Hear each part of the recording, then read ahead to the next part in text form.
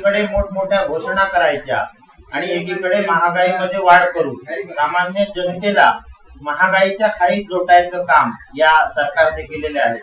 आपण अलीकडेच पाहतोय की सातत्याने आपल्या रुपयाची किंमत घसरत चाललेली आहे आणि त्याचाच परिणाम म्हणून हा महागाईचा आपटोप या ठिकाणी मोठ्या प्रमाणात देशामध्ये उसळलेला आहे। एकीकडे आपले मुख्यमंत्री म्हणतात, पुरवठा मंत्री म्हणतात की कुठल्याही प्रकारची पेट्रोल, गॅस, डिझेलची टंचाई या ठिकाणी नाहीये, परंतु आपण पाहतो की प्रत्येक पेट्रोल पंपावर रोज मोठ्या मोठ्या रांगा आपल्याला पाहायला दिसत आहेत की पेट्रोल डिझेल साठी लोक तासनतास आपल्या वाहनं गाड्या लावून ताटकळत उभे असतात। परंतु एकीकडे सरकार म्हणतंय की कोणत्याही प्रकारची टंचाई नाही।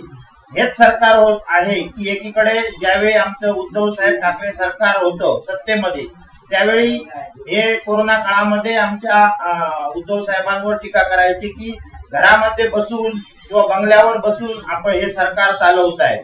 पण आता तर सरकार हे अशाच प्रकारे बसून मोठमोठ्या प्रकारच्या वल्गना करते की कोणत्याही प्रकारची टंचाई नाही आहे, महागाईमध्ये वाढ होणार नाही। मला वाटतं सलग तिसऱ्यांदा या 8 दिवसामध्ये तिसऱ्यांदा पेट्रोलची दरवाढ ही मोठ्या प्रमाणात झाली। सगळ्या जीवनावश्यक वस्तूंचे भाव हे मोठ्या प्रमाणात वाढलेले आहेत, परंतु पेट्रोलची भाववाढ होऊन सुद्धा लोकांना पुरेशा प्रमाणात पेट्रोल मिळत नाहीये। आता मान्सून जवळ आलेला आहे, पावसाला अवघे 8-10 दिवस शिल्लक आहे, लोकांची शेतीची कामं मोठ्या प्रमाणात आहेत, परंतु कोणत्याही शेतकऱ्याला हे पेट्रोल मध्ये कॅन मध्ये पेट्रोल दिलं जात नाहीये।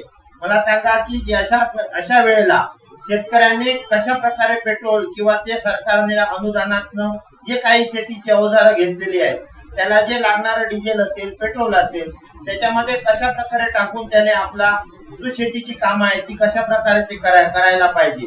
तर या सगळ्या प्रश्नांची या सरकारकडे उत्तरं नाही आहेत आणि पूर्णपणे हे सरकार या सगळ्या गरजा भागवण्यामध्ये किंवा सरकार चालवण्यामध्ये अपयशी ठरलेलं आहे।